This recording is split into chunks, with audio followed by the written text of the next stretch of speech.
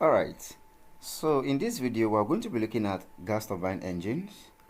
We will consider the ideal and real gas turbine engines, discussing the principle of operation using the open cycle gas turbine engine and the closed cycle gas turbine engines. We will derive all the governing equations, and in the end we will solve some few examples. So sit tight while we begin the class.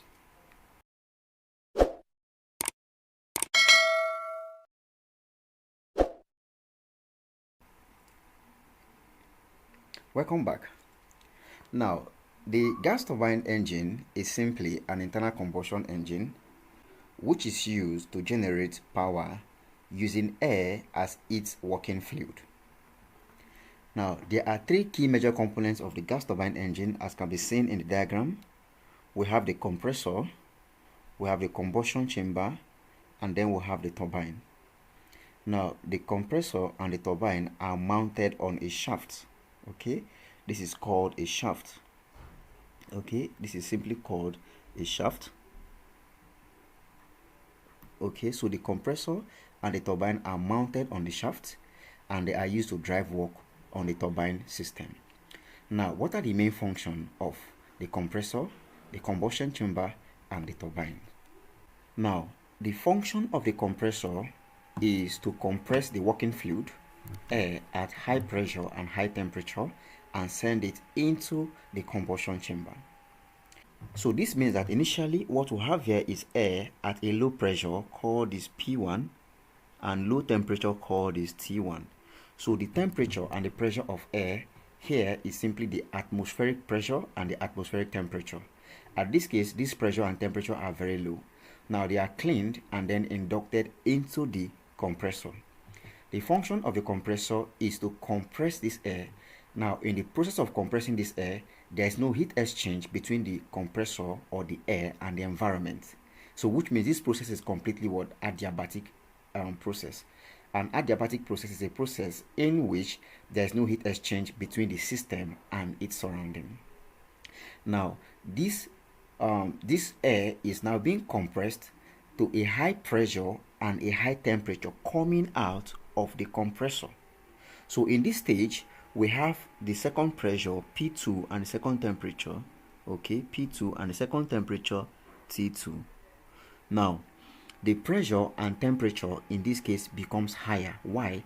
Due to compression. So even though there was no heat exchange, due to compression, the temperature of the fluid or the temperature of the air, in this case being the working fluid, is increased. Now this high temperature, high pressure air is now sent into the combustion chamber. Now in the combustion chamber we have fuel intake.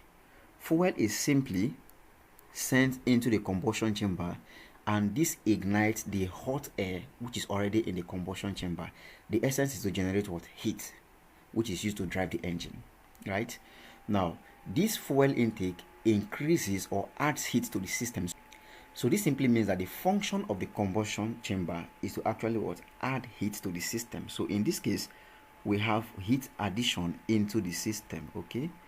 We have heat addition into the system. Now this heat increases the temperature of this working fluid, air, in this case.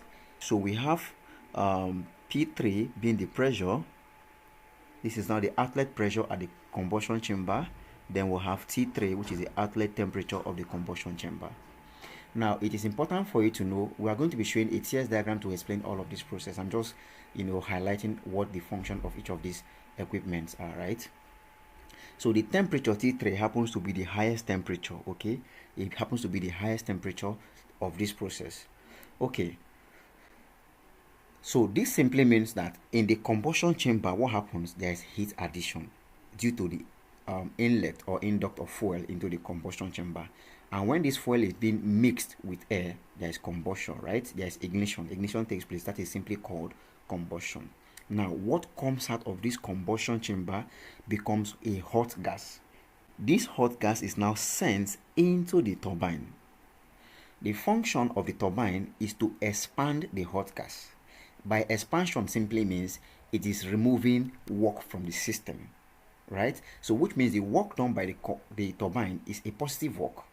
But the work done by the compressor, remember the compressor compresses the fluid. That means it is absorbing work or power. It is absorbing work or power, or simply it is putting in power into the system. It compresses the fluid to a high pressure and temperature. So which means work done by the compressor is going to be a negative work. So the compressor does a negative work, whereas the turbine does a positive work, simply because turbine expands or removes work from the system. Now this expanded gas is sent into the atmosphere via the exhaust. Okay, it is sent into the atmosphere via the exhaust. Now in this situation where there is no continuity between the turbine and the compressor, this is simply called an open cycle gas turbine engine. We are going to be coming to discuss. I'm going to be differentiating between the open cycle gas turbine engine and the closed cycle gas turbine engine.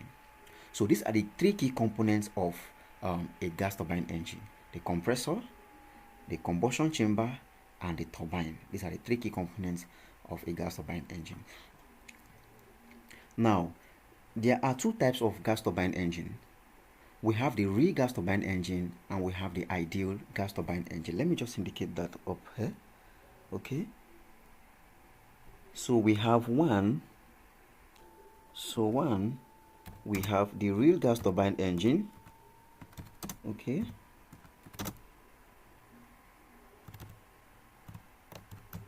We have the real gas turbine engine. And two, we have the ideal gas turbine engine. Okay, sorry. We have the ideal gas turbine engine.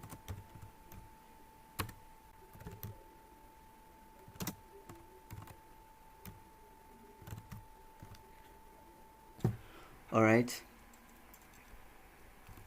So we'll have the real gas turbine engine and we have the ideal gas turbine engine. These are the two types of gas turbine engines that we have.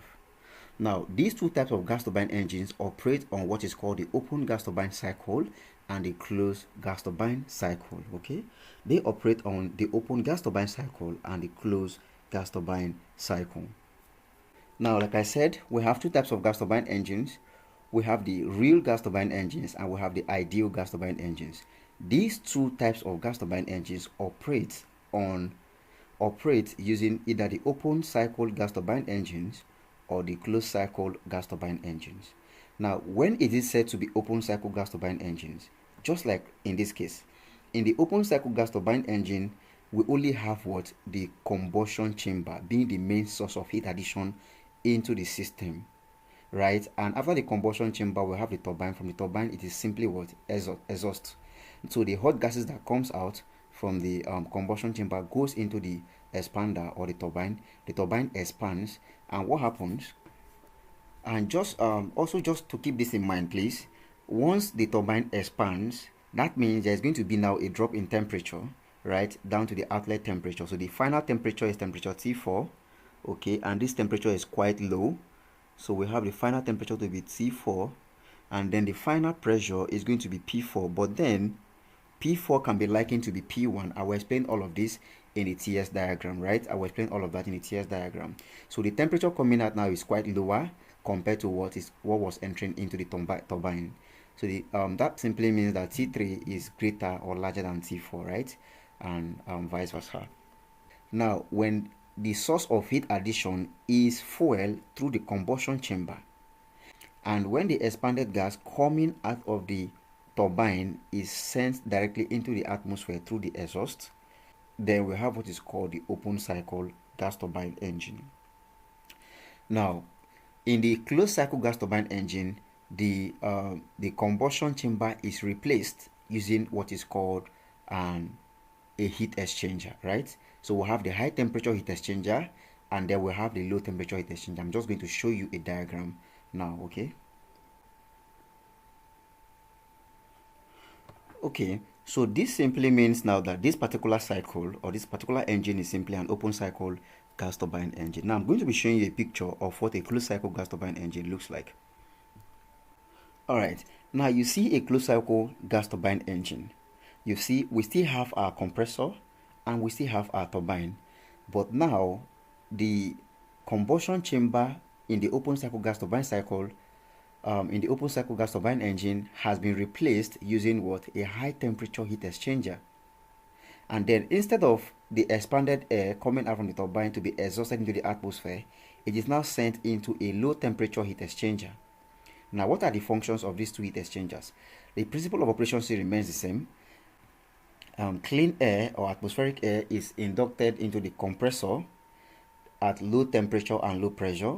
The compressor compresses the fluid, simply adding work into the fluid or adding work into the air and increasing its temperature and pressure to a high temperature and high pressure, sending this high temperature, high pressure air into the high temperature heat exchanger.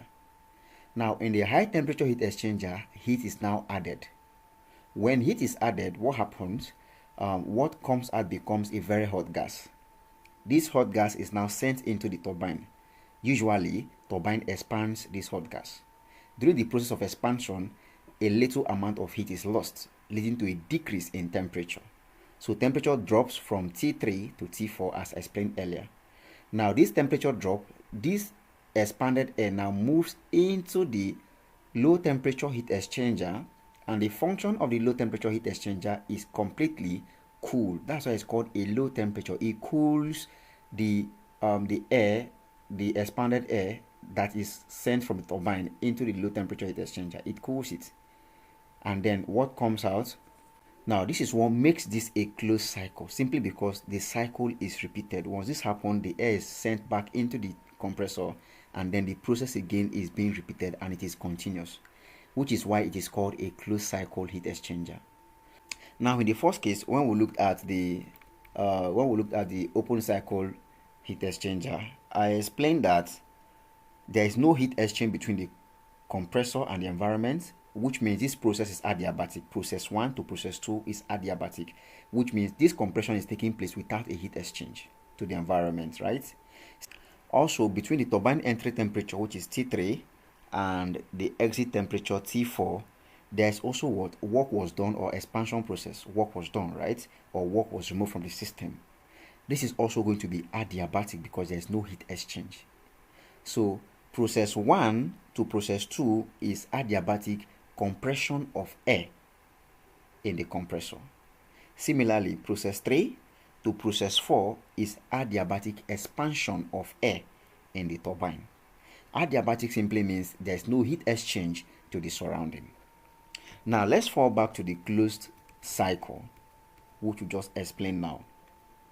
In the closed cycle, okay, once again, let's label the pressures and temperatures. Now at the outlet, this is P1, or before the inlet into the compressor, and the temperature and pressure at that point is P1, T1, which is the atmospheric pressure and atmospheric temperature. This is state 1, right? Now state 2 is exit of the compressor. So the low pressure, low temperature air is sent into the compressor. The compressor compresses this low pressure, low temperature air to state 2, which is now with a high pressure and high temperature. So we'll label that as P2 and T2. High pressure, high temperature at state 2. Now, this high pressure, high temperature, now please also keep this in mind. Between state 1 to state 2 is isentropic, reversible isentropic. Now, why do we say reversible isentropic? It means it's a constant entropy process, and the process is what? Reversible, because you move and then you come back. The process is continuous, so it's called a reversible process. But remember, in the first case, it was not reversible. Talking about the open cycle gas turbine engine, it wasn't reversible because there was discontinuity. Once the air comes out from the turbine, it was exhausted. But in this case now, there is continuity, so it is said to be what? Reversible isentropic. The first case, process 1, process 2 is called adiabatic, no heat exchange. Now also keep in mind that process 1 to process 2 in the open cycle gas turbine is also adiabatic and reversible isentropic at the same time. It is adiabatic in the sense that there is no heat exchange. Now if you say something is isentropic, it simply means it is reversible adiabatic. So it is also adiabatic and it is also isentropic at the same time, which means the entropy is constant. I will explain all of this using a TS diagram. Okay, so that means process 1 to process 2 is simply called reversible isentropic compression of air in the compressor. Okay, so once this compressed air is out of the compressor, it is sent into the heat exchanger.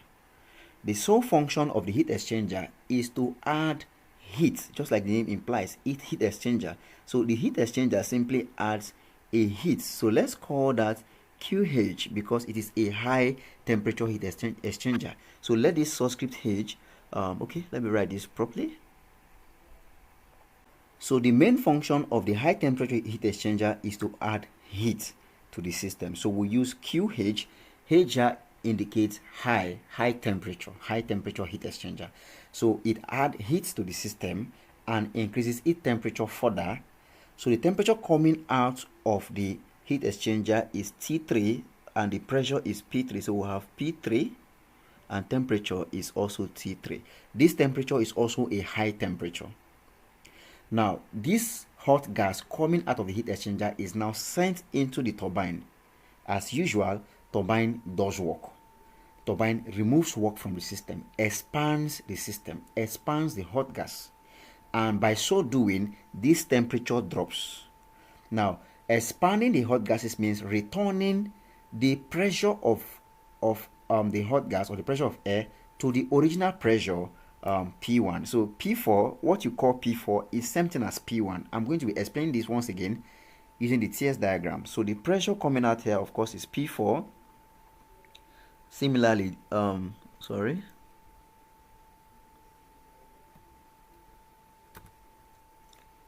of course, is P4,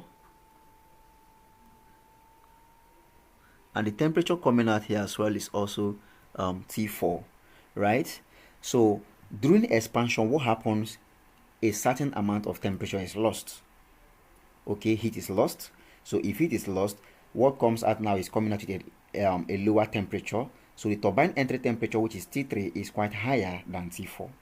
Now, so this simply means that process 3 to process 4, once again, is going to be a reversible isentropic process. Reversible in the sense that this process can still reoccur. It is reoccurring. It continues. So it's reversible isentropic. Isentropic simply means adiabatic and again a constant entropy process. This simply means that the entropy at state 3 is equal to the entropy at state 4. I will show all of this in the TS diagram. Now the low heat gases or the low heat gas leaving the turbine enters into the low temperature heat exchanger.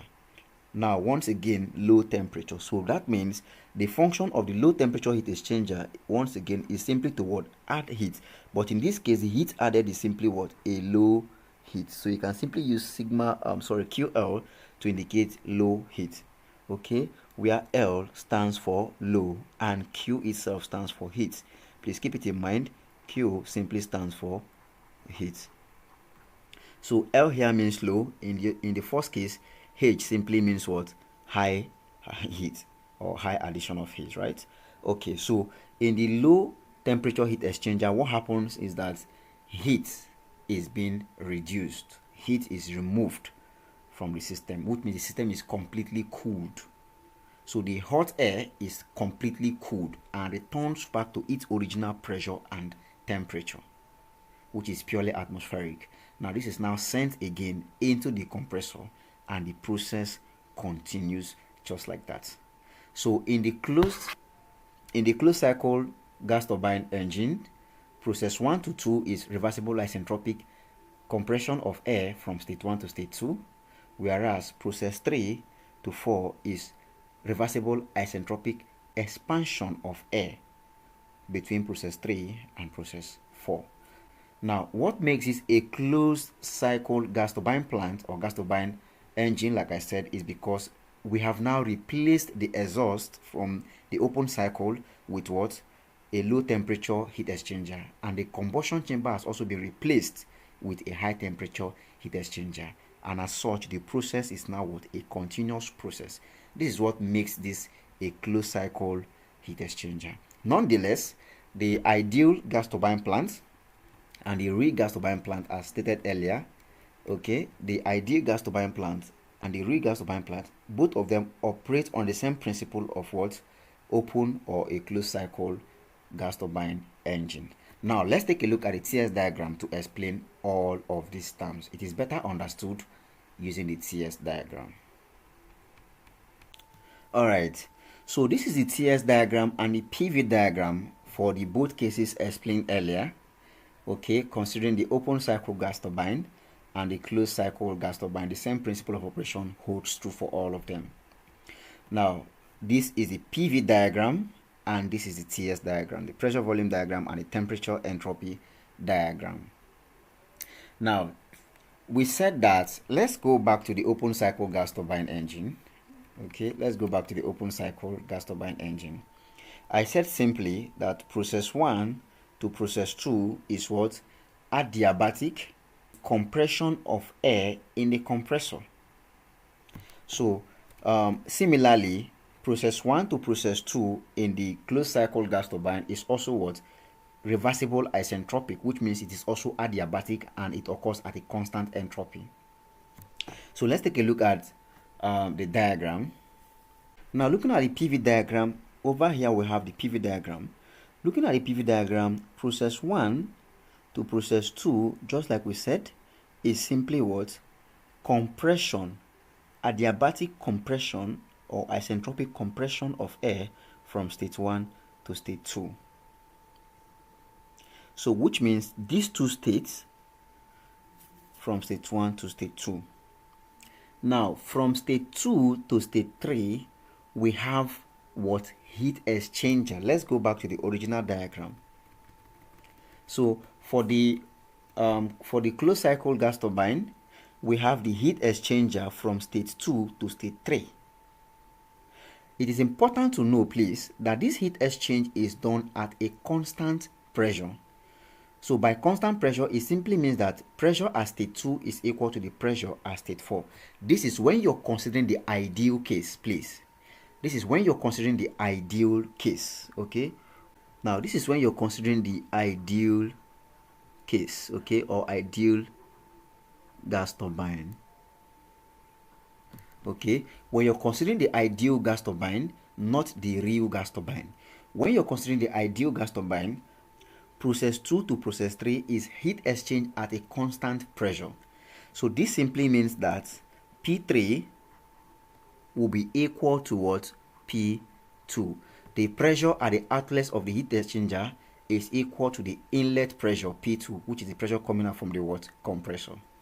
The same thing is applicable to the open cycle. Same thing is applicable. Heat exchange in the combustion chamber is done at a constant pressure. This is under the ideal case. So which means the pressure at state 3 is equal to the pressure at state 2. P3 equals P2. Constant pressure, heat addition into the system. So let's fall back to the PV diagram and the TS diagram now to explain. So take a look at the PV diagram once again. You observe that process 2 to process 3, this is where the heat is added. High temperature heat, QH.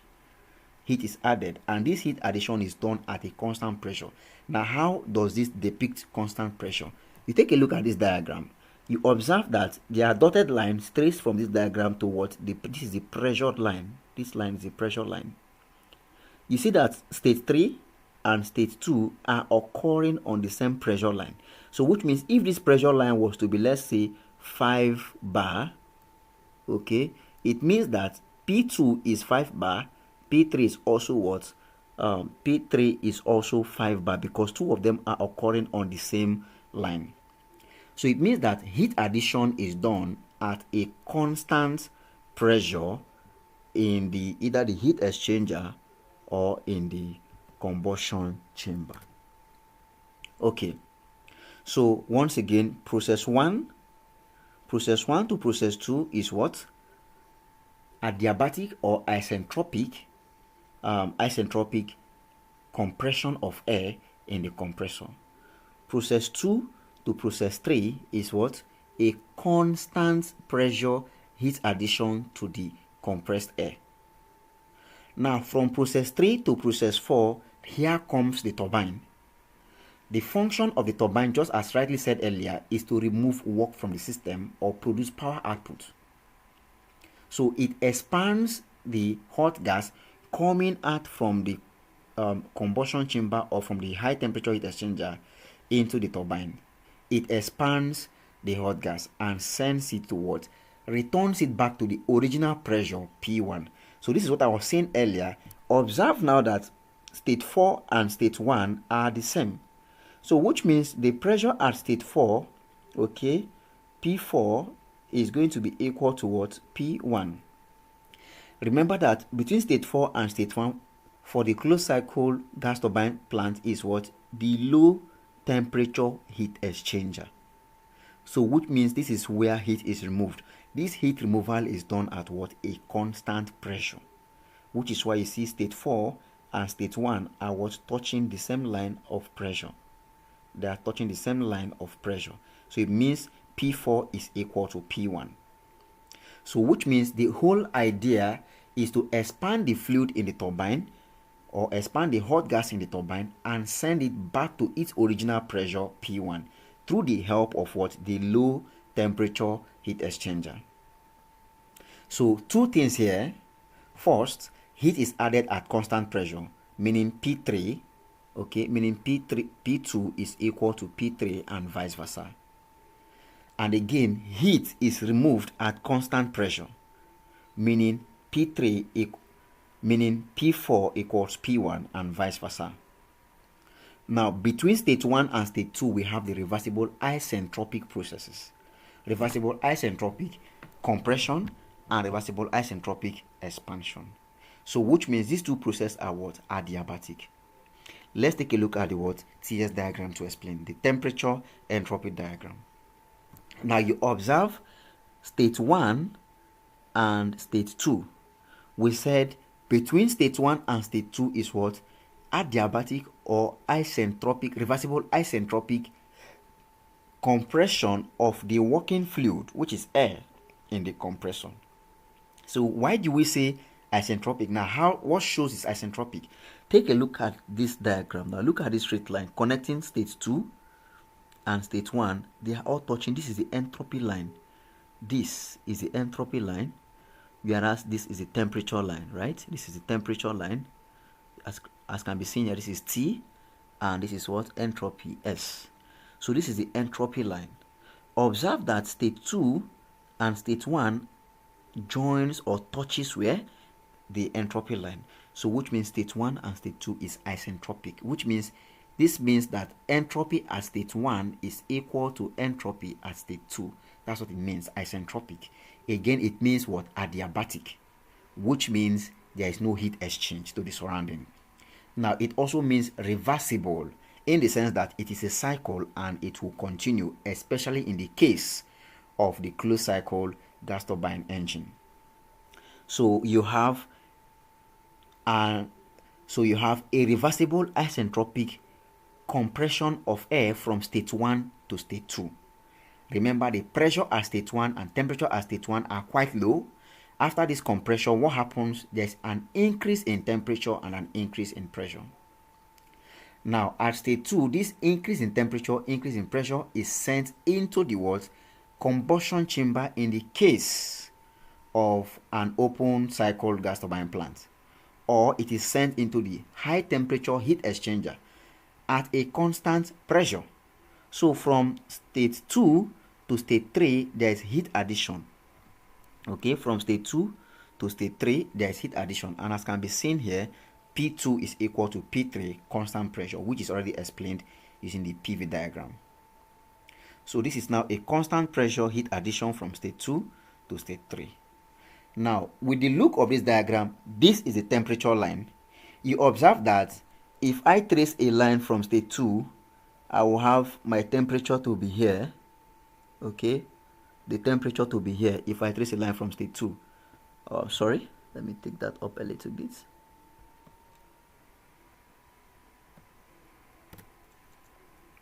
Okay, so if I trace this, I will have my temperature to be here from state 2. If I trace from state 1, I will have my temperature to be here from state 1. If I trace my temperature from state 4, watch, you will have your temperature to be somewhere around here, right? Let's see.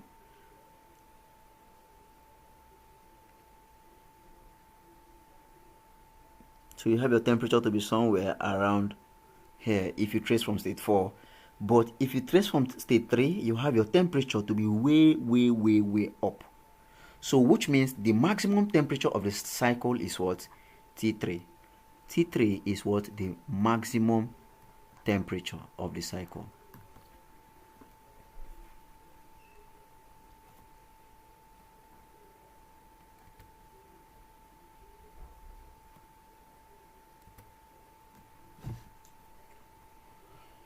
So T3 is what? The maximum temperature of the cycle. Alright, T3 is simply the maximum temperature of the cycle. That is the highest temperature you can always you can actually achieve using the cycle, right? Okay, and again, as can be seen, T1 is the lowest temperature, right? T1 is the lowest temperature, so which means T1 happens to be the minimum or the lowest temperature on the cycle. T1 happens to be the minimum temperature that can be gotten from the cycle. Alright, now going back to the diagram, between state 3 and state 4, we said the turbine comes in. Once again, reversible isentropic. What shows this? Observe, trace this line from state 3, trace. You can see a straight line connecting state 3 and state 4 to the same entropy line. So which means that S3 is equal to S4. Mind you, S is used to indicate entropy. Okay, S is used to indicate entropy. So this simply means that state 3 and state 4 are what? Isentropic, reversible isentropic. Expansion of the hot gas from state 3 to state 4. Now, once this hot gas is expanded, what happens is that temperature drops, which is why you're seeing this temperature. There's a drop in temperature. Okay, this drop in temperature, the gas that comes out is now sent into the low temperature heat exchanger, and then the low temperature heat exchanger cools the working fluid and returns it back to what? Normal air as state 1, and the process what? Continues in that same manner. So in summary, I said process 1 to 2 is reversible isentropic compression of air from low pressure P1 and low temperature T1 to a high pressure P2 and high temperature T2 into the heat exchanger. Whereas from process 2 to process 3, okay, from process 2 to process 3 is actually a constant pressure heat addition into the system from pressure P2 and temperature T2 to a higher temperature T3 and a constant pressure P3. Then from process 3 to process 4, I said is also a reversible isentropic expansion of the working fluid or expansion of the hot gas in the turbine. Then from process 4 to process 1 is a constant pressure heat removal from the system back into the compressor, and then the cycle continues. Now let's derive our mathematical equations. Okay, let's derive our mathematical equations. Now, we said that process 1 to process 2 is reversible isentropic process. For reversible isentropic process, the equation that governs that is simply temperature multiplied by pressure to the power of 1 minus gamma all over gamma is equal to a constant C. So since process 1 to process 2 is reversible isentropic, it means this equation is governing that process. Temperature multiplies pressure to the power of 1 minus gamma all over gamma, where gamma is called isentropic index of expansion or compression. Remember, expansion or compression. Compression has to do with the compressor, which is state 1 to state 2. Expansion has to do with what? The turbine, state 3 to state 4. So if we relate this between state 1 to state 2, if we relate this equation, if Tp to the power of this is equal to if Tp to the power of this is equal to constant, this simply means that for state 2, this simply means that for state 1 and state 2, we are going to have that T1 multiplied by pressure P1 to the power of 1 minus gamma all over gamma is going to be equal to T2 multiplied by P2 to the power of 1 minus gamma all over gamma. Okay, so this is what the equation for isentropic process 1 to 2. Okay, so from here, let's first of all divide through by the second temperature T2. So if we divide both sides by T2, we are going to have a T1 all over T2 multiplied by P1 to the power of 1 minus gamma all over gamma. Okay.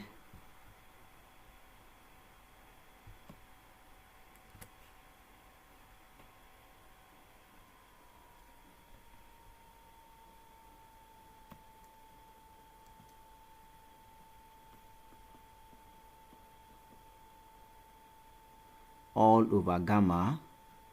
All right,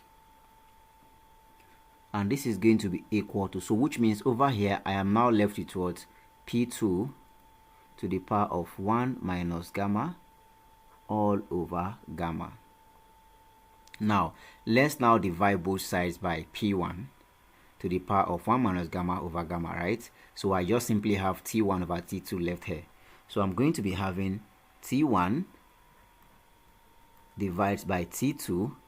This is going to be equal to the ratio of this is P2 to the power of 1 minus gamma all over gamma. This now divides by P1, so I have P1 to the power of 1 minus gamma all over gamma. So you observe that these two powers, these two exponents are the same. The two powers are the same. So which means you can simply factor the power to be what? An index of their ratio, right? So that means this can also be written as simply P2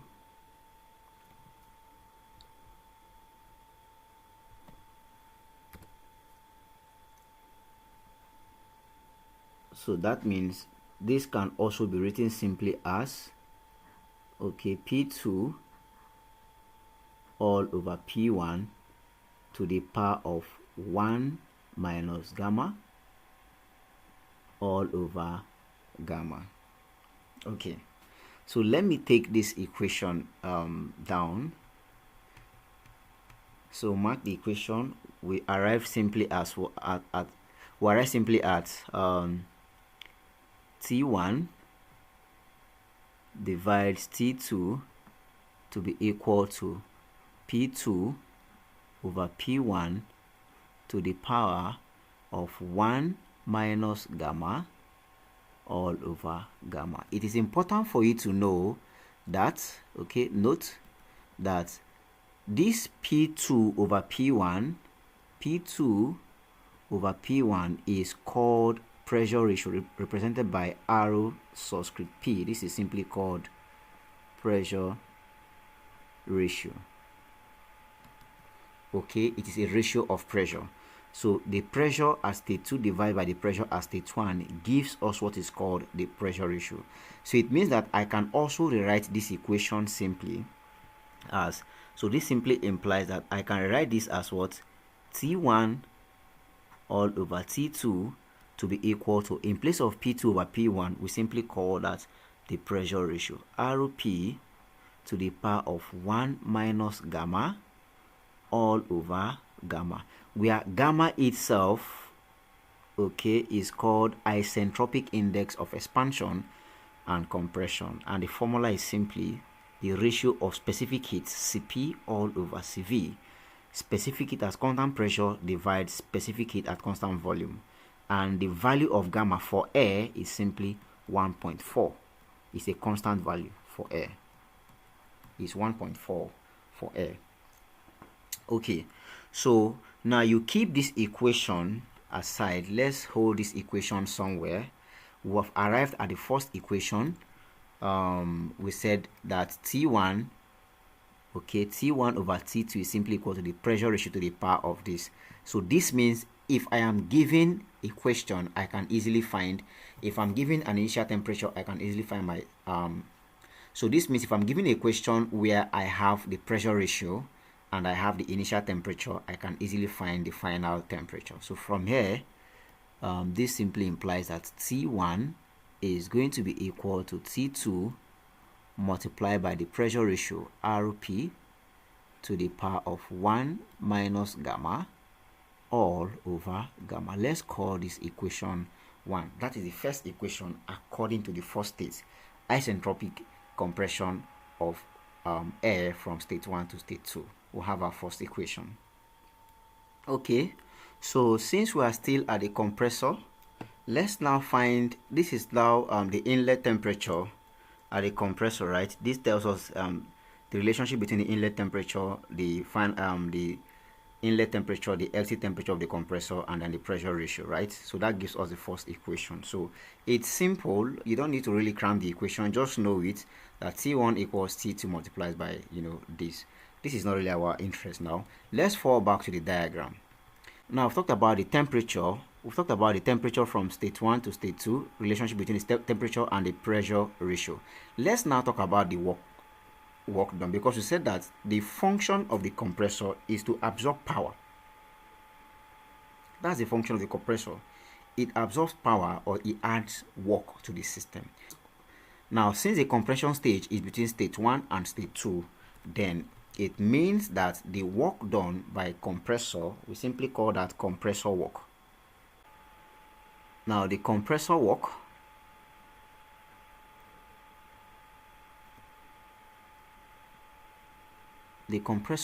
is between state 1 and state 2. That is simply given as WCI. I means ideal. Remember, we are dealing with the ideal cycle. First, I said that earlier. What we are dealing so far is the ideal cycle, right? When we are done, we will now consider the real cycle. Now, WC, C for compressor, I for ideal, is going to be equal to the change in enthalpy between state 2 and state 1. So obviously, H2 minus H1 between state 2 and state 1, change in enthalpy, where H is called the enthalpy. Alright, now, but the compressor absorbs power and not just a mere work. So that power is expressed in terms of work flow rate. So which means we are going to multiply this equation by what is called the mass flow rate of the air. So that simply means that compressor work now becomes WCI, but now W dots. This dot indicates work flow rate, and this is going to be equal to the mass flow rate, M dots, multiplied by H2 minus H1. So it is important to know that whenever you multiply enthalpy by mass flow rate, automatically it becomes a power, or a power function, right? So this is now the unit of power in watts. But enthalpy itself, okay, but H is simply given as Cp, specific it at constant pressure multiplied by change in temperature, okay, multiplied by delta T. So delta T simply means the change in temperature between the two states.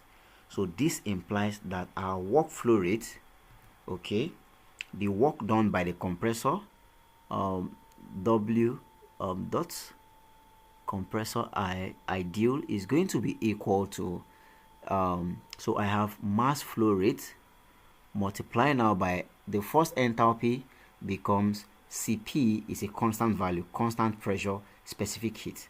So you still leave it as what? Cp multiplied by the temperature at that state is that's state 2, so it becomes Cp times T2 minus, again for H1 I have Cp times T1. So Cp is constant, you can now factor it out.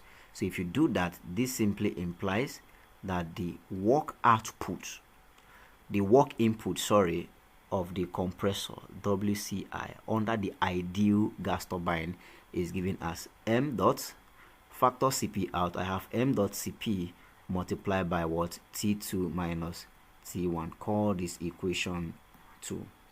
Now, simple. Let's go back to the diagram. The work input by the turbine, the work input by the compressor between state 1 to state 2 is simply what?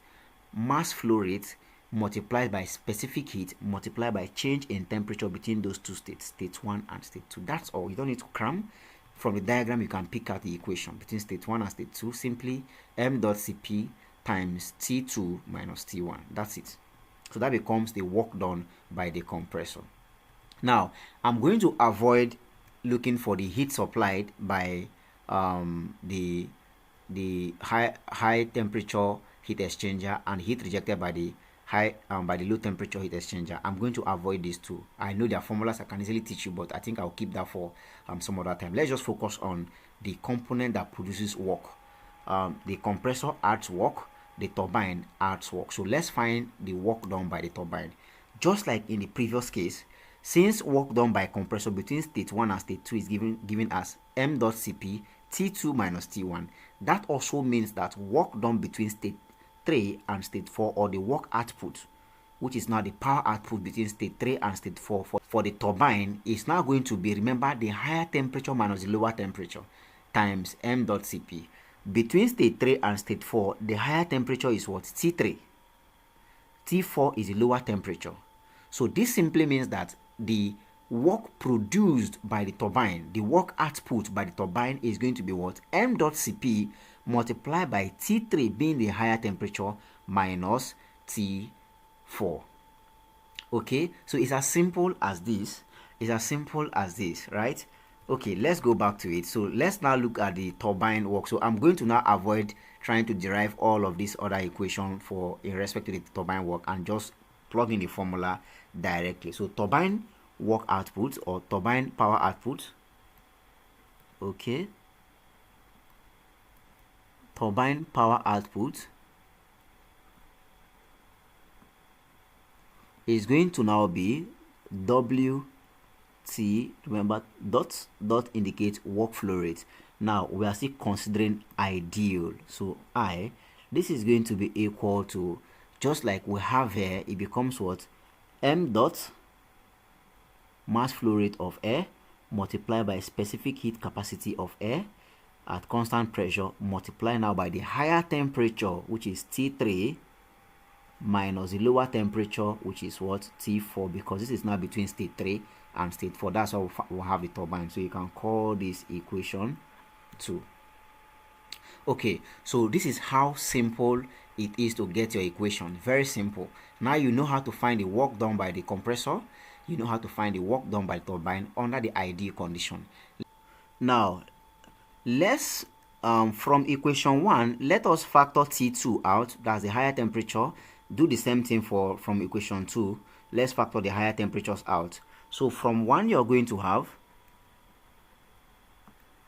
from equation 1, you're going to have that the compressor work flow, okay, WC under the ideal condition is going to be equal to m dot multiply Cp.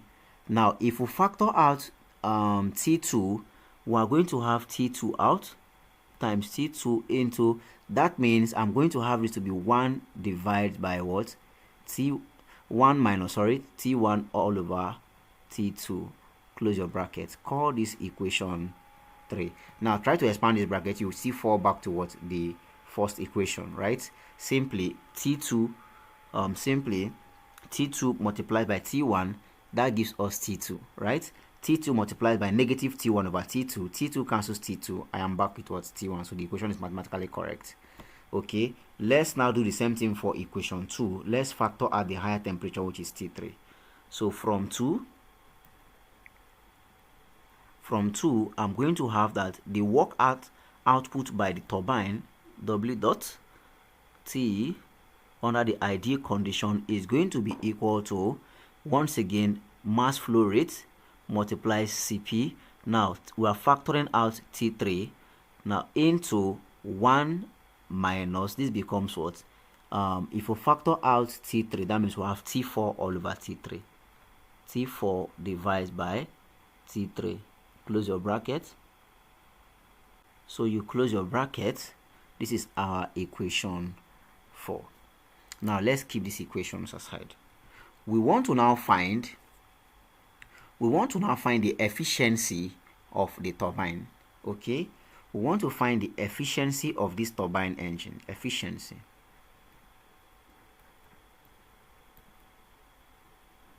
Efficiency is defined as the net work done divided by heat supplied. So I have net work, W net, remember net power now, divided by the heat supplied.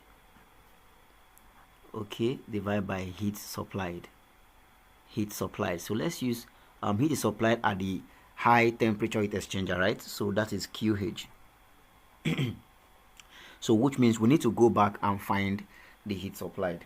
Okay, usually we'll multiply the efficiency by 100% if you wish. Okay, we'll come to that. But then let's find what then is the heat supplied. Heat supplied. What then is heat supplied? So I thought I was going to avoid this, but we're here. So heat supplied, QH, heat is supplied at the high temperature heat exchanger. So let's fall back to it. It's as simple as this. It's always going to be the difference between the high temperature and the low temperature, always. So the heat supplied is between state 2 and state 3. And you know that state 3 produces what? The highest temperature. So which means T3 is a high temperature compared to T2. So since this heat supply also has to be in form of power, it means we are going to be multiplying by what? The mass flow rate. So this becomes heat flow rate, a function of power, right? And it becomes mass flow rate times specific heat times what? The change in temperature. Change in temperature becomes difference between the high temperature and the low temperature. So that's T3 minus T2. It's as simple as that. So let's fall back to it now. It means that the heat supplied by the high temperature heat exchanger is now going to be equal to, so this is going to be, now we'll put dot here please to indicate heat flow rate. Okay, so this becomes mass flow rate of air multiply specific heat at constant pressure times high temperature, which is T3, minus low temperature, which is what? T2. So this is our heat supplied. Now, what then is the network? From the formula of efficiency, we said it is simply network output divided by heat supplied. The network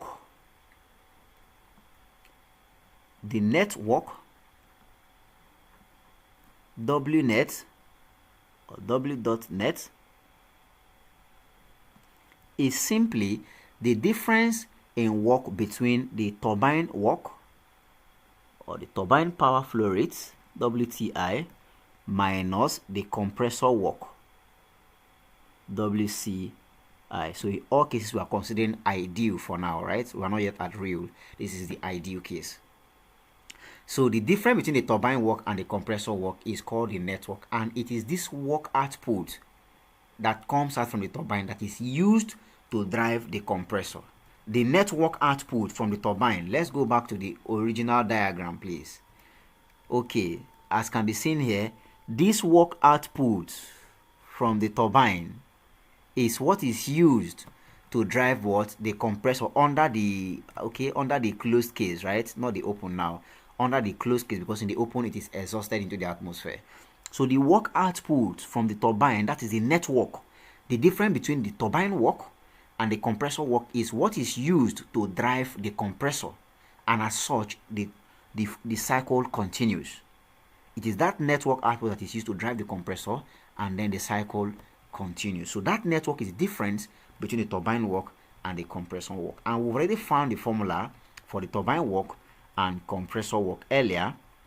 Okay, so we had this to be our turbine work. Okay, yeah, we had this to be the compressor work and this to be the turbine work. Now let's find their difference, not forgetting M dot Cp T2 into 1 minus T1 over T2, and then m dot Cp T3 into 1 minus T4 all over T3. Let's find now their difference. So this simply means that our network output, okay, W dot net is now going to be equal to, remember, for the turbine work we have m dot times Cp multiplies, oh sorry, let me take this off.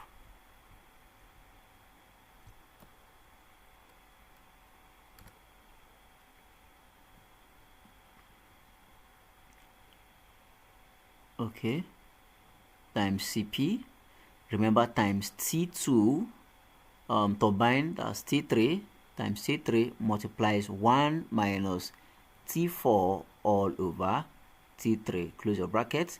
Now minus m dot times Cp multiplies T2 into 1 minus T1 all over T2. That is for the compressor, right?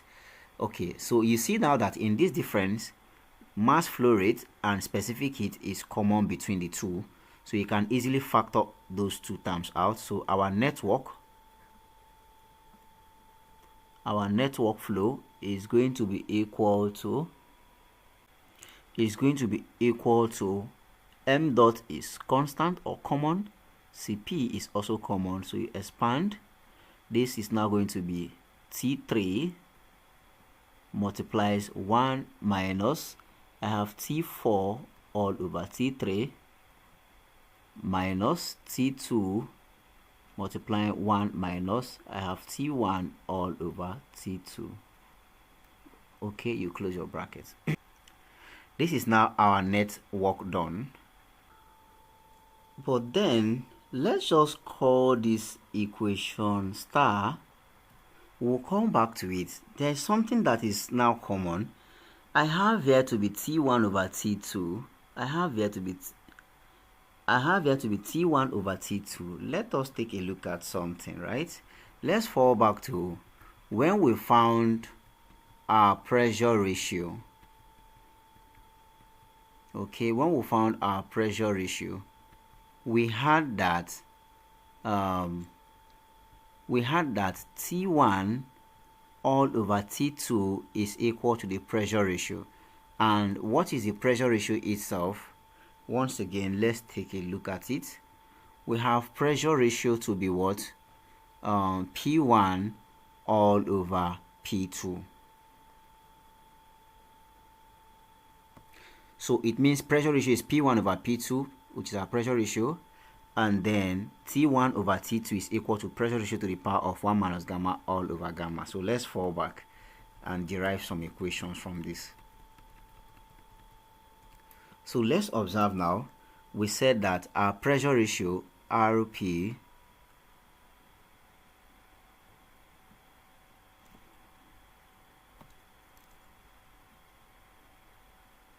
is equal to P2 all over P1. This is our pressure ratio. Then again we had that T1 all over T2 is equal to pressure ratio to the power of 1 minus gamma all over gamma. We also had this equation, so which means in place of this T1 over T2, we can simply plug in what this value for it. Okay, in place of T1 over T2, we can simply plug in this value for it. But then let's also check something. We said earlier, let's go back to our TS diagram and observe something. Okay, so if you take a look at the TS diagram, I explained that the pressure. Okay, let's take a look at the PV diagram, please. I explained that the pressure at state 2 is equal to the pressure at state 3. So P2 equals P3. Similarly, I also explained that the pressure at state 4 is also equal to the pressure at state 1. So P4 equals P1, P2 equals P3, P4 equals P1. Let's fall back now and see something. Now take a look. I have P2 over P1, but recall, okay, but we said that P2 is actually equal to what? P3, constant pressure heat supplied. Similarly, we have P4 to be equal to P1, constant pressure heat removal. So that means if pressure ratio is P2 over P1, this also implies that pressure ratio RP can also be equal to, in place of P2, P2 is same thing as what? P3. So we can simply have it to be what? P3 all over, in place of P1, P1 is same thing as P4. Okay? So it becomes P3 all over P4. So pressure ratio is also what? P3 over P4. So if pressure ratio is P3 over P4, then if you relate it in terms of temperature, because we had here T1 over T2, okay, let's elaborate this from here. This is same thing as RP is P2 over P1, so we have P2 all over P1 to the power of 1 minus gamma all over gamma. Okay,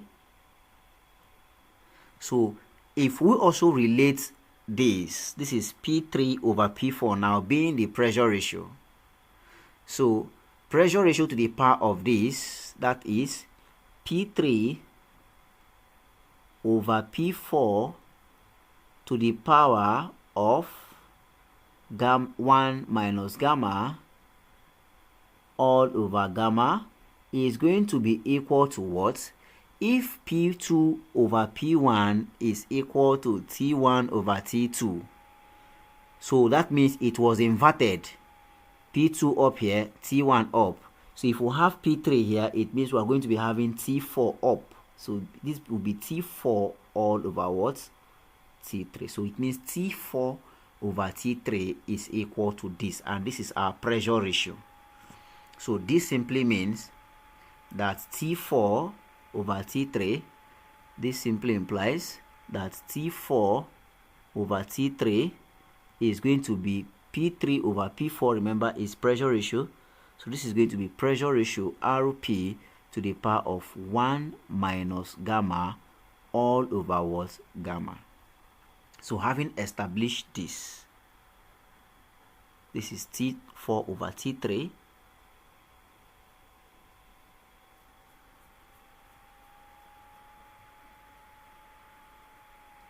Okay, having established this and having also established this over here, T1 over T2 to be equal to this, still the same equation. So let's fall back. So it means in a difference equation, the network becomes m dot Cp T3 multiply 1 minus, in place of T4 over T3, we already have the value, right? Sorry, the value of T4 over T3 is simply this, RP to the power of 1 minus gamma all over gamma. That's the value of T4 over T3. Okay, similarly, T1 over T2, we already have the value. The value of T1 over T3 is simply this, RP to the power of 1 minus gamma all over gamma. So we can now rewrite the network equation. The network done required to drive the compressor is now going to be equal to network, okay, not forgetting, is going to now be equal to, remember, m dot Cp, this is constant and is common, multiplying now by, I had T3 outside. Let's go back to it, please. Okay, so I had T3 here. So this is now T3 into 1 minus. This is now my pressure ratio, right? Okay, let's fall back. So I had here T3 multiplies 1 minus. This is now pressure ratio RP to the power of 1 minus gamma all over gamma. Close your bracket. Minus over the other side I had T2 multiplied by 1 minus T1 over T2, which is still pressure ratio, to the power of 1 minus gamma all over gamma. Then you close. Okay, so this now implies that our network is now going to be equal to, so you observe that 1 minus pressure ratio to the power of 1 minus gamma over gamma is common between these two. There should be a bracket here. Is common between these two, so you factor it out. So this is now going to be equal to, I will simply have m dot Cp now into this becomes T3 minus T2. Okay, this is now multiplying by 1 minus pressure ratio, which is common, to the power of 1 minus gamma all over gamma. We'll have this.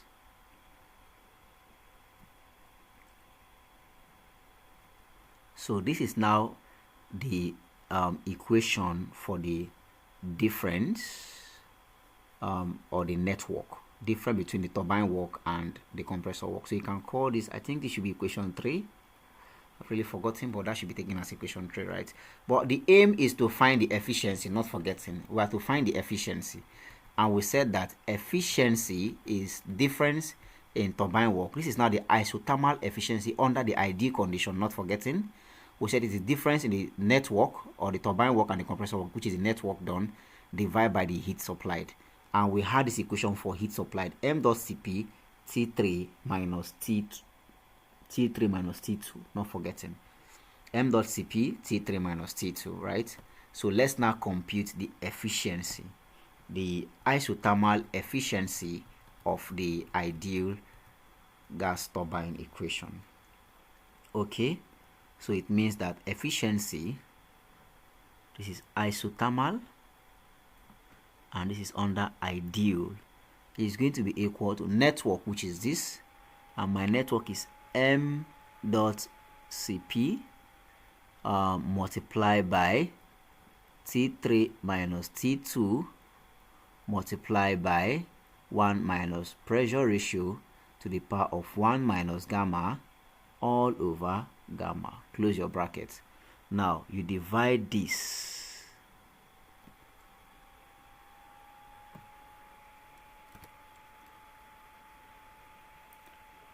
Now you divide this by the heat supplied, and heat supplied is between state 2 and state 3. We had that to be m dot Cp between higher temperature T3 minus low temperature T2. Now you see what happens here. Observe that m dot Cp strikes m dot Cp, T3 minus T2 strikes T3 minus T2. I am now left with this. So which means the efficiency of the ideal gas turbine is measured in terms of the pressure ratio. This simply implies that our isothermal efficiency under the ideal situation is equal to, I am now left with what, 1 minus the pressure ratio to the power of 1 minus gamma all over gamma. This becomes the formula to calculate our efficiency. So you usually multiply this by 100% usually. Now there are key things you need to learn. We see now that the efficiency is a function of the pressure ratio and the isentropic index gamma. What then happens when pressure ratio increases and the isentropic index is kept constant? Or what happens when the isentropic index increases and the pressure ratio is kept constant? So I'm going to be giving two scenarios, right? I'll give two scenarios.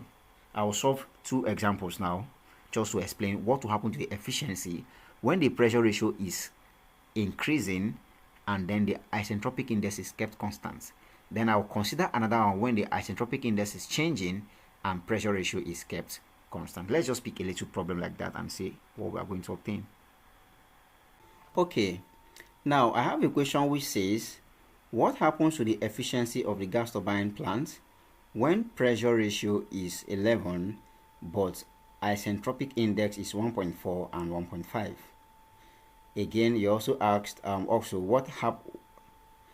when index is 1.4, what happens when pressure ratio is 11 and 12? So let's now see what happens. Let's consider the first case. In the first case, we have index. Okay, our isentropic index is 1.4, and we also have the isentropic index to be equal to 1.5, and the pressure ratio is simply taken as 11.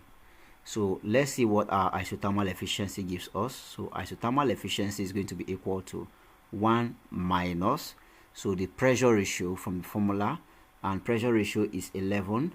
So you have 11 all to the power of 1 minus the index. Isentropic index is what? 1. We are considering the first case now, when the index is simply what? 1.4. So we have 1 minus 1.4 divides by 1.4. This is going to be equal to 1 minus 11 to the power of 1 minus 1.4 will obviously give us negative 0.4 divided by 1.4. Okay, now this means our isothermal efficiency is going to be equal to, I have 1 minus 11 to the power of, now let's find negative 0.4 divides 1.4. So that simply gives us negative 0.2857. So let's find, this is now going to be 1 minus, let's find 11 to the power of that result, 11 to the power of negative 0.2857. This will simply give us 0.50. So we'll have 0.50. Okay,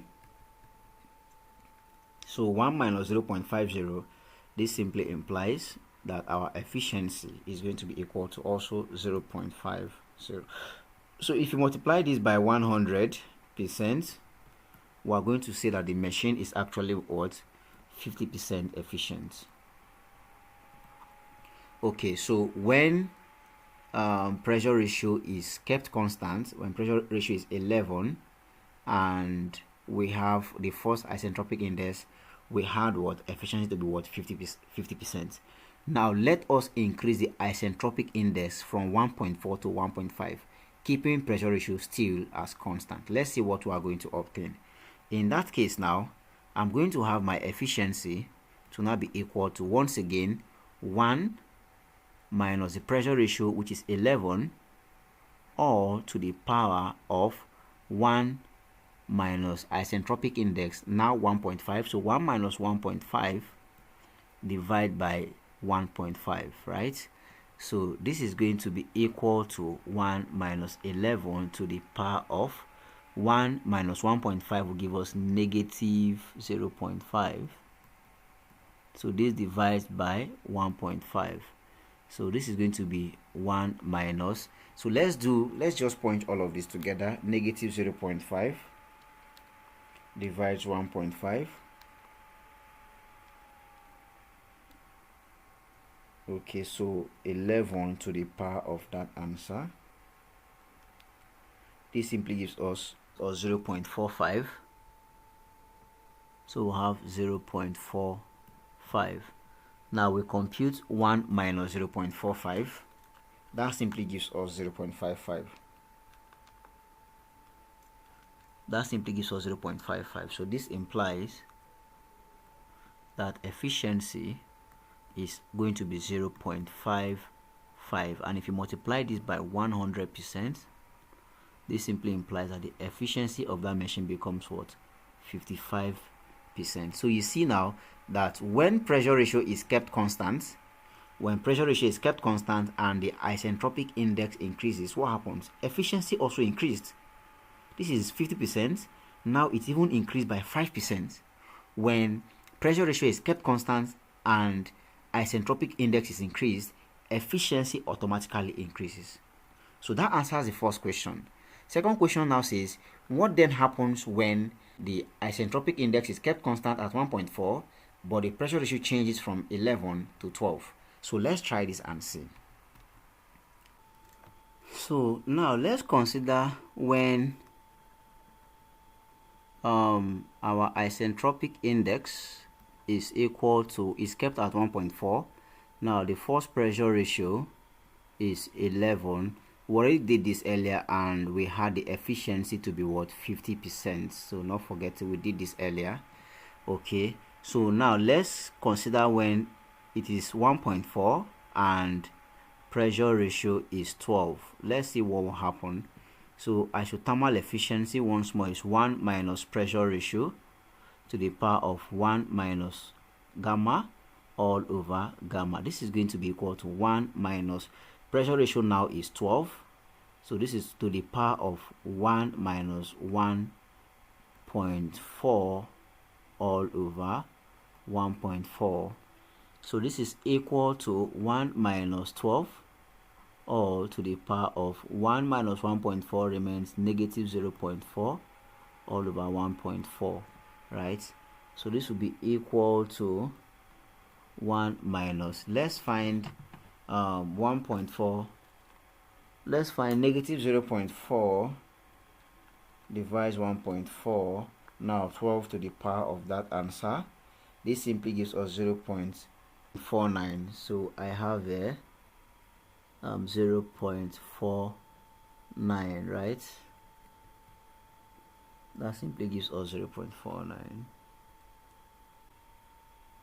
So that simply gives us 0.49. Now let's compute 1 minus 0.49. So this means our efficiency is now going to be 1 minus 0.49. So you have 51%. Once again, a slight increment. I have 51 or 0.51, right? Which is simply 51%. So once again, the increase in pressure ratio also causes what? An increase in the efficiency. Watch, when isentropic index is 1.4 and when pressure ratio was given as 11, we had our efficiency to be what? 50%. Now isentropic index is now kept constant and the pressure ratio is increased to 12. What happens? There's also an increase in the efficiency. So when you keep the isentropic index constant and increase pressure ratio, efficiency of the machine increases. When you keep the pressure ratio constant and increase the isentropic index, the efficiency of the gas turbine power plant also increases. It is important for you to keep it in mind, please. I did mention this earlier, that the cycle of operation to which the open cycle gas turbine plant operates on is called the Joule cycle. Let's go to the open cycle, please.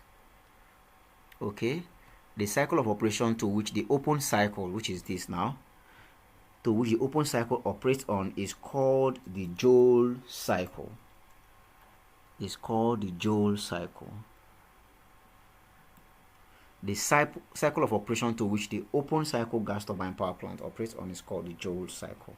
Whereas the cycle of operation to which the closed cycle gas turbine plant operates on is called the Brayton cycle. I didn't mention this earlier, so just keep it somewhere. This is called the Brayton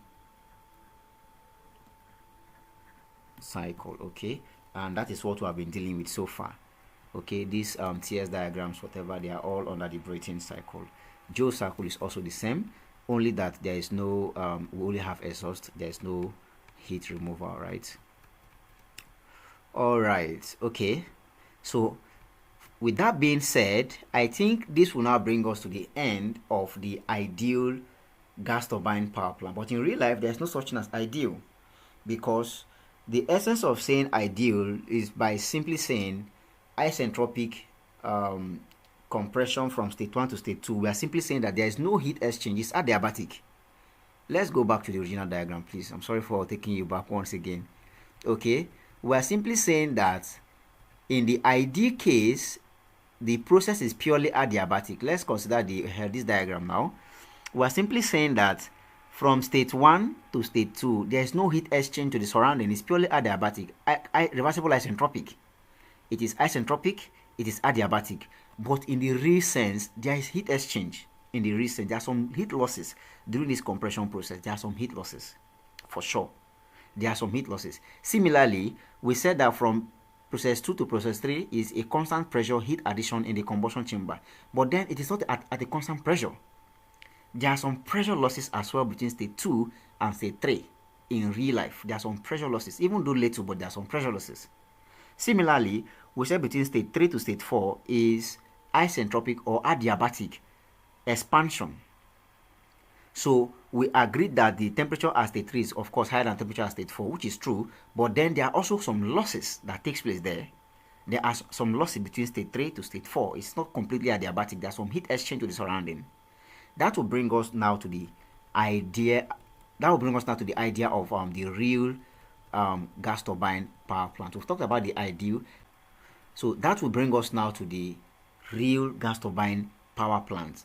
So in the real gas turbine power plant, we must account for isentropic efficiency of compression.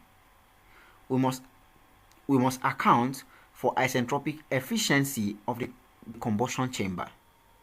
We must also account for the isentropic efficiency of the turbine. With this, we can be able to have what is called, we can be able to now make some reservations, right? We can be able to now make some tolerance, please. We can now be able to make some tolerance for the what? For the losses that took place in the compression, turbine, and of course in the combustion chamber. Okay. So now we are going to be looking at the real or actual gas turbine power plant, and under this case we are going to be talking about the isentropic efficiency of the compressor, isentropic efficiency of the turbine, and isentropic efficiency of the combustion chamber, or simply the combustor. Now the reason for these efficiencies are actually to relate the ideal gas turbine plant to the real gas turbine plant, right? So in the ideal gas turbine plant, it was assumed that between state 1 to state 2 is isentropic, both for the closed situation and then the open cycle situation.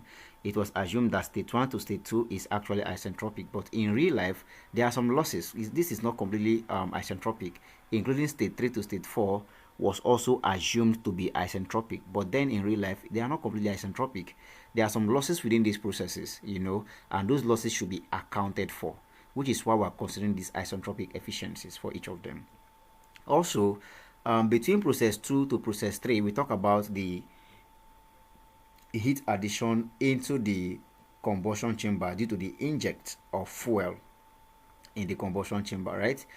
Okay, due to the inject of fuel. So that means heat addition should be calculated based on low calorific value of fuel or on heating value of fuel and the mass flow rate of fuel, and not just by merely considering the difference in enthalpy between state 2 and state 3, right? Since what is causing the combustion or the ignition is a fuel, then the heat supply to that system should be calculated based on the heating value of the fuel, the mass flow rate of the fuel, okay, and not just by taking the difference in enthalpy or difference in temperatures, right?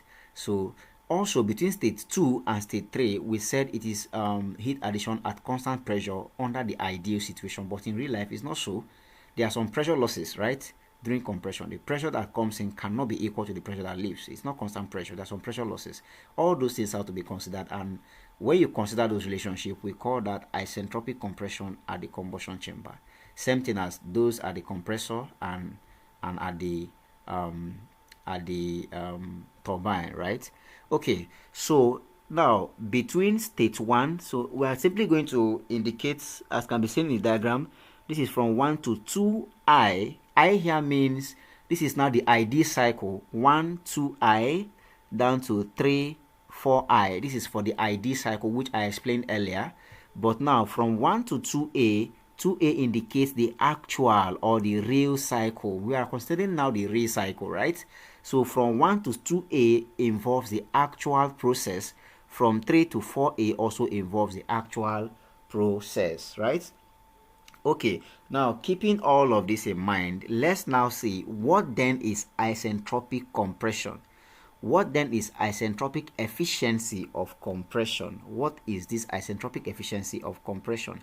This is now used to relate this is now used to find the relationship between the actual work done and the ideal work done, right? It is used to find the relationship between the actual work done and the ideal work done. And this relationship is a very simple way of looking for it, right? So you observe that from state 1 to state 2, from state 1 to state 2i is the ideal work, right? Whereas from state 1 to state 2a is the actual or the real work. And if you observe, from 1 to 2a is actually larger than from 1 to 2i. So which means in real sense, compressor is doing actually more work in real sense. Compressor is doing more work in compressing the fluid to the combustion chamber in real sense, because as can be seen here, in the ideal case from 1 to 2i, the work is less than from 1 to 2a. So which means in the actual or in the real case, the compressor is doing more work. So the isentropic efficiency of the compressor is simply the ratio of the small work to the big work. And the small work is what? The ideal. And the big work is the actual. So this simply means that mathematically, isentropic efficiency, so isentropic efficiency of the real, that is now we're simply going to be using for compressor A for actual. So isentropic efficiency of compressor A for the actual, which is the real case, is going to be equal to the ratio. The small work there is the ideal work. So work done under the ideal, WCI, which is compressor work done under the ideal situation, right? Compressor work done under the ideal situation all over. Now we are considering, oh sorry, this is too far. Okay. All over work done under the real case, WCA. So it is simply the ratio of the compressor work, ideal compressor work done, to the actual or real compressor work done. This gives us the isentropic efficiency of the compressor for the real gas turbine plant. It's simple, very simple. Simply the small, always going to be the smaller work divided by what? The bigger work, because we want efficiency to not be more than 100%. So it should always be the smaller work divided by the bigger work. So with this area, of course, from 1 to 2i is smaller. And then what then is this formula, please? Not forgetting, let's now impute the formula, although we've already done this.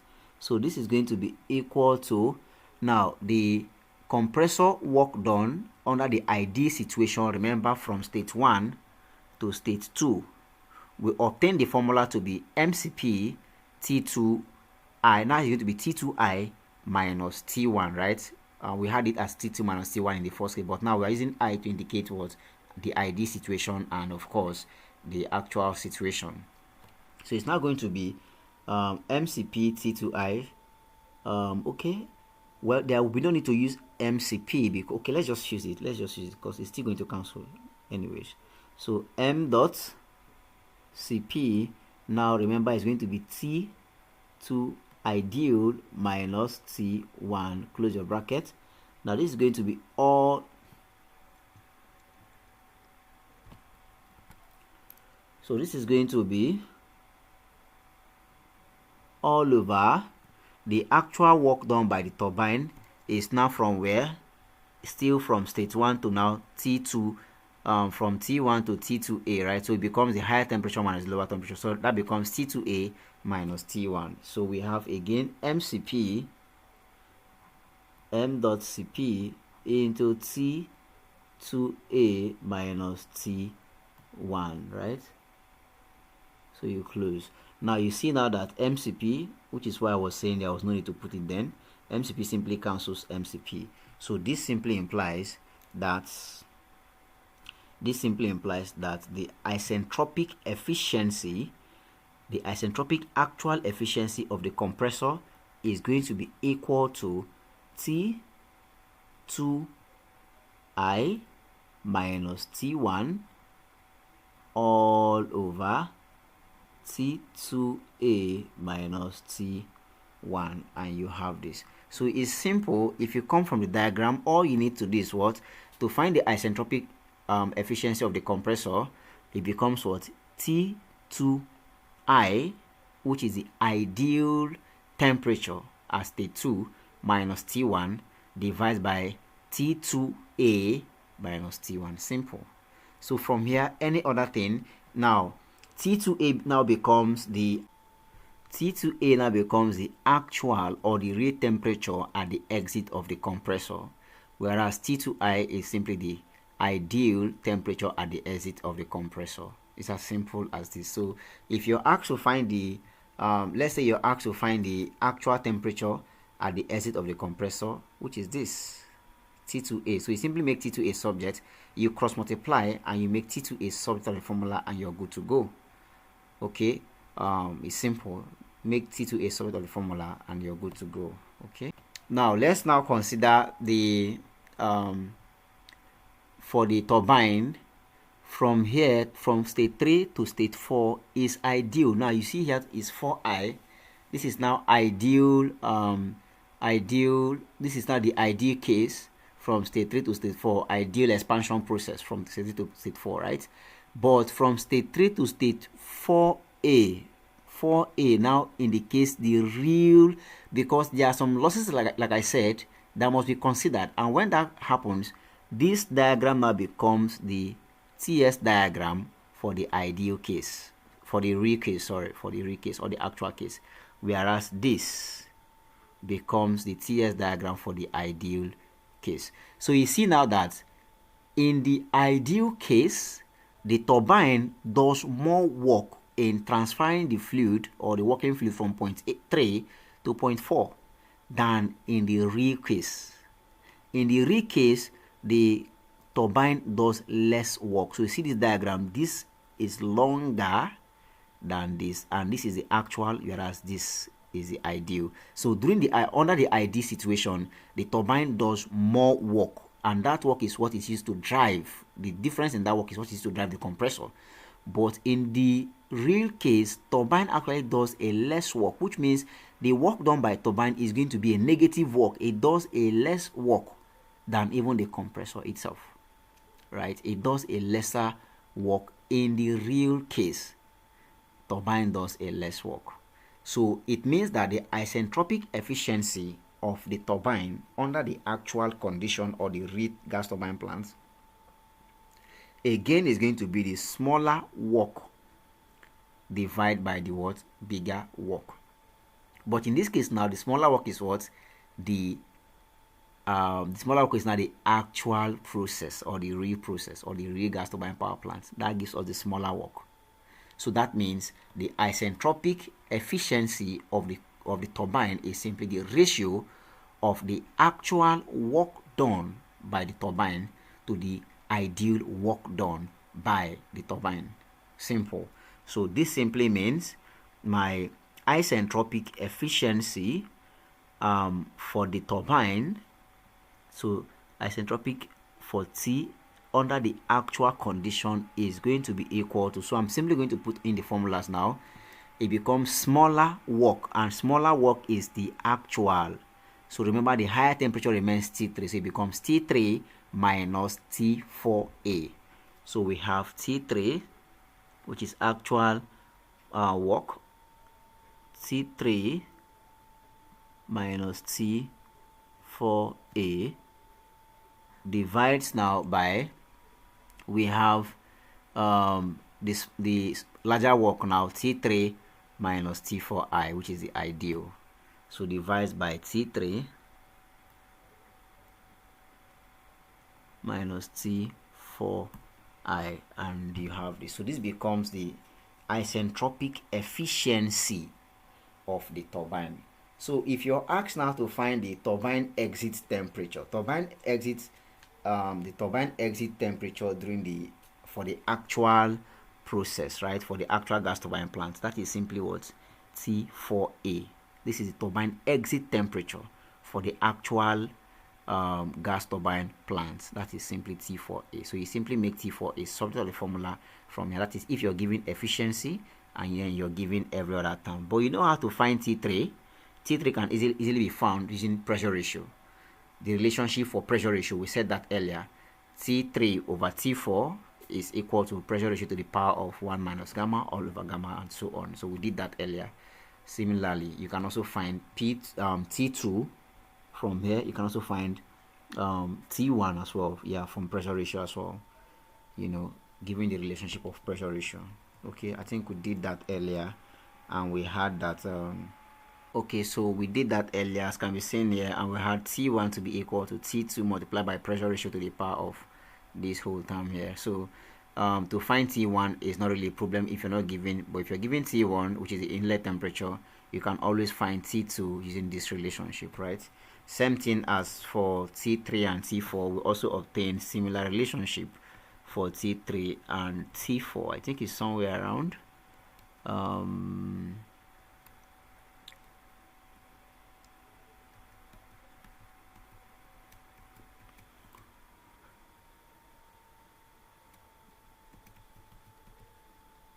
okay, I think it's from here. Okay, so I think it's from here, right? So this is T. Okay, I think it's from here, right? So this is T4 over T3. So you can either find T4 or T3 from here. T3 is the maximum temperature. You can either find T3 from here, or you can find T4 depending on what you're giving, right? Okay, so let's fall back to our work. So we're here now.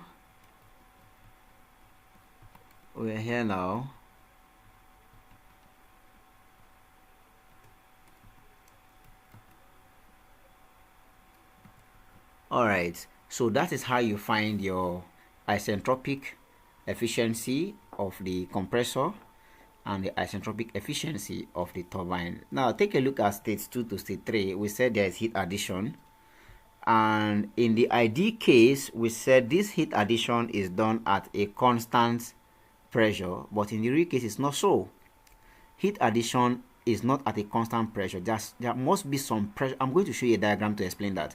There must be some pressure losses. You must account for pressure loss at the combustion chamber. That is one.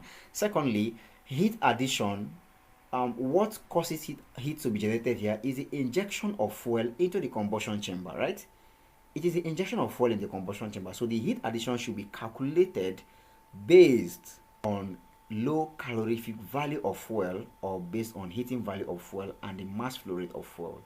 So that means if we are considering that, then the heat supplied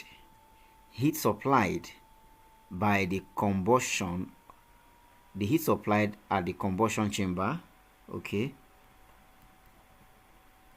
heat supplied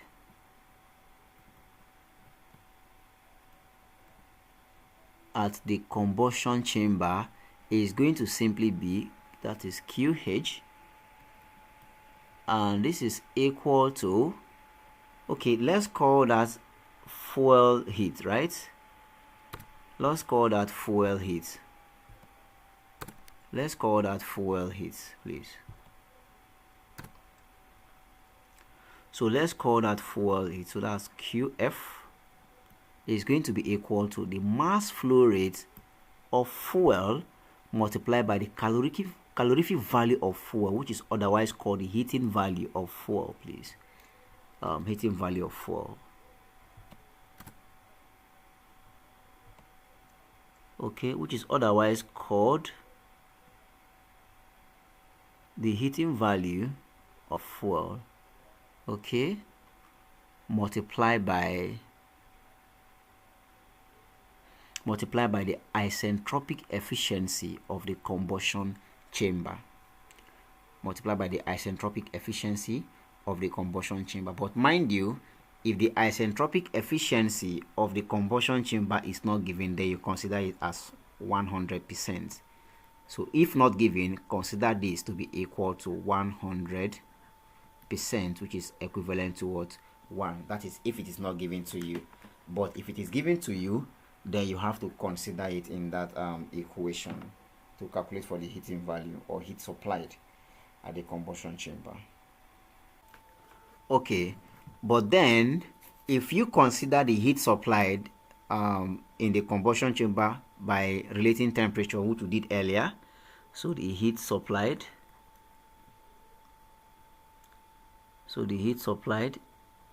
QH. This is now when we related temperature earlier, we had m dot times Cp into between state 2 and state 3, that is T3, higher temperature minus lower temperature T2, right?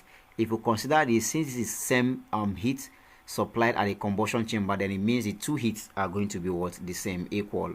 And if that happens, we are simply going to have, if the two heats are equal, we are simply going to have that the mass flow rate of fuel times the heating value of fuel multiplied by the efficiency of the combustion chamber is going to be equal to the mass flow rate of air, okay, multiplied by the specific heat of air times difference in temperature T3 minus T2. So this will help us to find the efficiency of the isentropic efficiency of the combustion chamber. This simply implies that the isentropic efficiency of the combustion chamber is going to be equal to the ratio of m dot Cp T3 minus T2 divides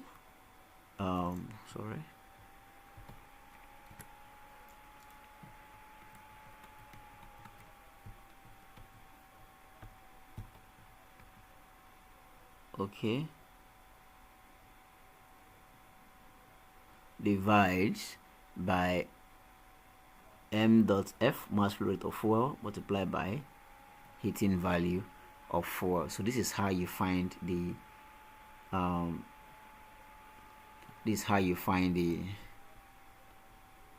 the isentropic efficiency of the combustion chamber.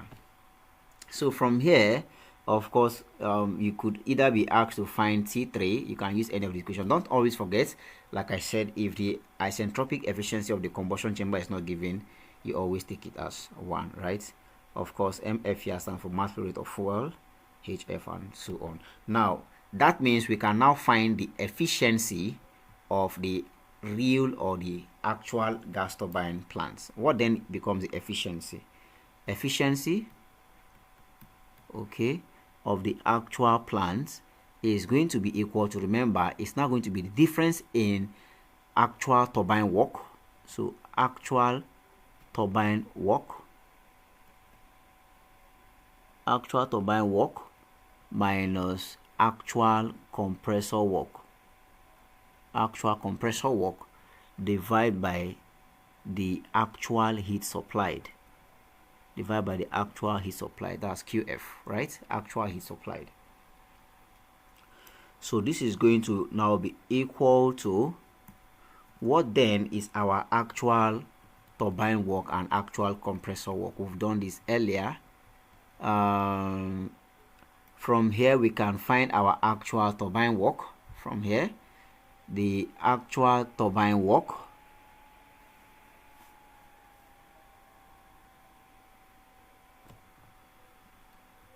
Okay, so I think I just stated the formula for the isentropic efficiency of the turbine, but let's just state the definition once more. We can solve from the definition. So we said from definition, the isentropic efficiency of the turbine is the ratio of the let's get back to the original diagram. It's always going to be smaller. Please, it's easier to solve this from the diagram, right? It makes it easier. So the smaller work, which is from here to this point, and that is the actual. So it's actual turbine work all over the ideal turbine work. So you have the actual turbine work to the ideal turbine work. So actual WTA, actual turbine work all over the ideal WTI turbine work, right? So we want to find the actual turbine work from this equation of efficiency, actual turbine work. If you make actual turbine work subject of the formula from here, this simply implies that the actual turbine work WTA is now going to be equal to what? The isentropic efficiency of the turbine multiplied by the what? Ideal turbine work, WTI, right, multiplied by the ideal turbine work. And you know what the ideal turbine work is. Ideal turbine work from this formula is simply what? T3 minus T4i. Okay, let's check the diagram. Ideal turbine work is from T3 to T4i, so it's T3 minus T4i. So that means the actual turbine work is simply equal to this. It becomes what? This simply becomes the turbine isentropic efficiency multiplied by T3 minus T4i, and you have this. So this is our actual turbine work. So which means from the formula of efficiency, we've gotten the actual turbine work. Now we find the compressor work, actual compressor work. So we fall back to this equation. The actual compression work, okay, up a bit, yeah, here. So you see, from this formula, the isentropic efficiency of compressor is simply the ratio of the ideal compressor, work to the actual compressor work. So we need the actual compressor work. You make this subject. That simply becomes what? The ideal compressor work divided by the efficiency of the compressor. Okay, so you fall back.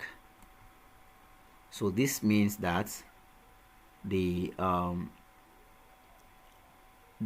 actual compressor work, WCA, is going to be equal to the ideal efficiency, is going to be equal to the ideal compressor work, WCI, divided by what? The efficiency of the compressor, the isentropic efficiency of the compressor. And you have this. So if you know these two, well, there is no need to derive any of these formulas per se, because if you can easily solve them, if you can easily solve their values out, you can simply plug into this equation and you're good to go. So we know the actual turbine work, we know the actual compressor work, we know how to find our heating value or the heat supplied. Okay, then plug all those equations into this equation. You're going to be finding the efficiency of the actual or the real gas turbine power plant. Alright guys, so the video is already too long, so I'm going to pause it here. In the next video, we are going to be applying everything we've learned, especially in this segment of real and actual turbine plants, to solving a problem. I'm sure you want to be a part of that video, so do well to like the video and share your thoughts in the comment section. And if you're new to the channel, do well to click the subscribe button and turn on your notification bell for more videos. I will see you in the next video. Thanks.